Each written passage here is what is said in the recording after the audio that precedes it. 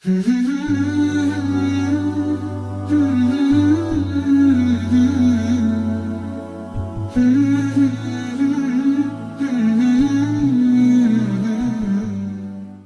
mencari teman-teman yang baik. Tidak benar kita cari teman sebanyak-banyaknya, enggak. Ya. Rasulullah SAW mengisyaratkan kita untuk milih-milih teman. Ya.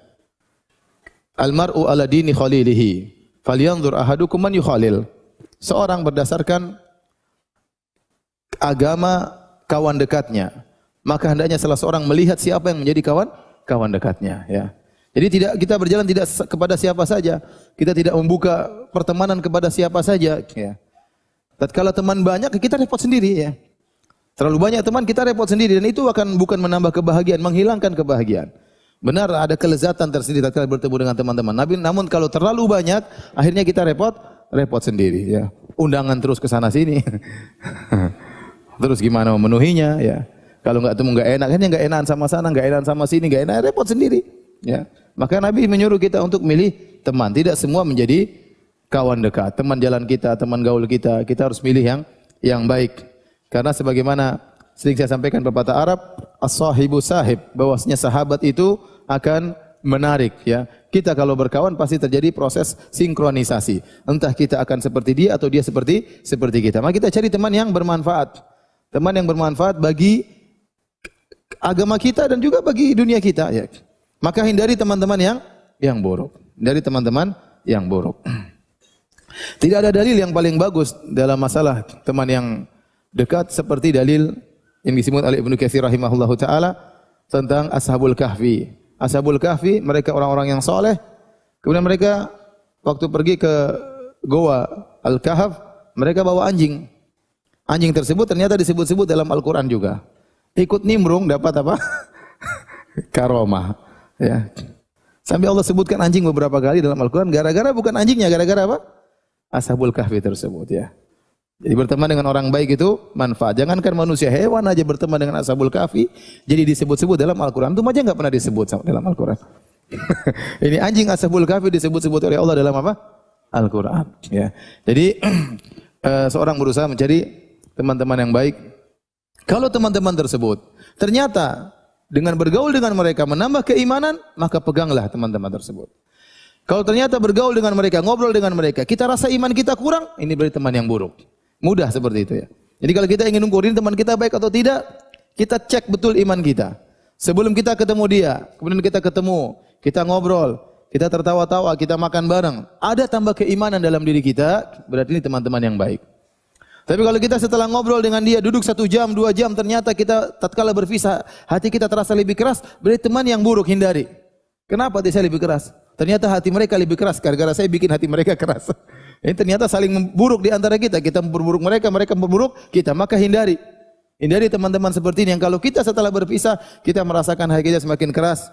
Ya, maka ini berarti teman-teman yang buruk. Ya. Dan kita bisa merasakan hal tersebut.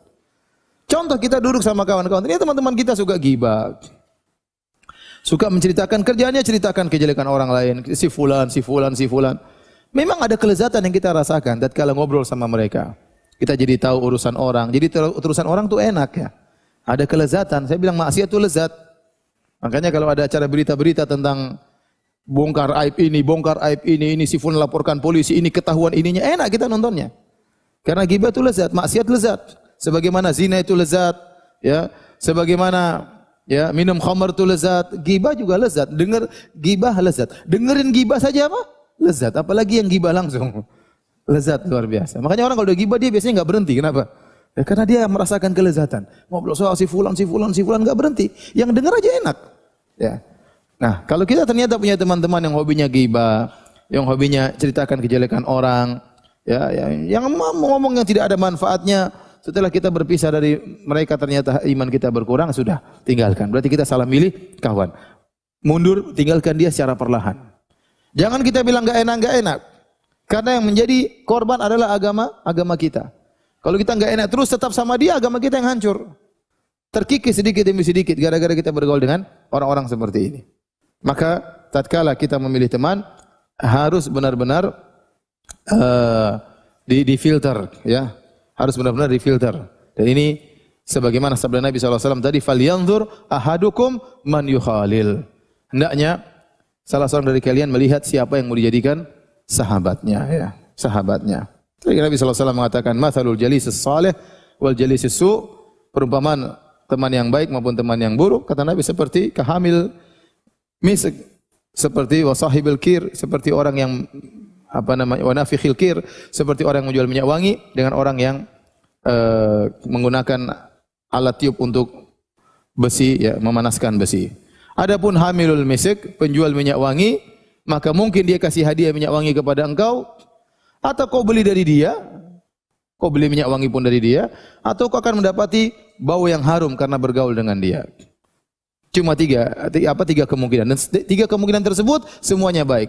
Mungkin dia kasih hadiah kepada engkau minyak wangi, kemungkinan yang baik. Atau kau beli dari dia minyak wangi, pun yang kau beli minyak wangi. Yang ketiga, paling tidak kau ikut kecipratan bau harumnya, ikut mendapatkan bau wangi dari penjual minyak wangi ini. Adapun kalau sahabat yang buruk seperti nafikhil kir, seperti pandai besi, ya, kalau enggak dia meniup api sehingga api tersebut membakar pakaianmu, au anta jida minhu rihan khabitha, atau kau akan mendapati darinya bau yang buruk. Bau yang buruk. Pasti kecipratan, enggak mungkin enggak cipratan. Jadi maksudnya Nabi mengatakan pasti kamu kecipratan, pasti terkontaminasi, pasti.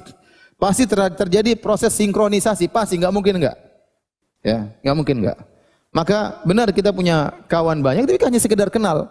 Beda kawan yang kita jadikan teman jalan, teman ngobrol, mungkin teman curhat, tukar pikiran. Nah, itu tidak boleh sembarang kita berteman, ya. Tidak boleh sembarang kita berteman, harus milih-milih. Ini saya sampaikan kepada bapak pun ibu-ibu pun demikian. Tidak semua dijadikan kawan dekat, tidak semua dijadikan teman ngobrol, ya. Ya, kita harus memilih-milih, kita harus selektif.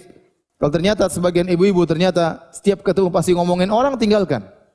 Bapak tolong maju, tolong masuk, biar yang di luar bisa masuk. Merapat maksudnya.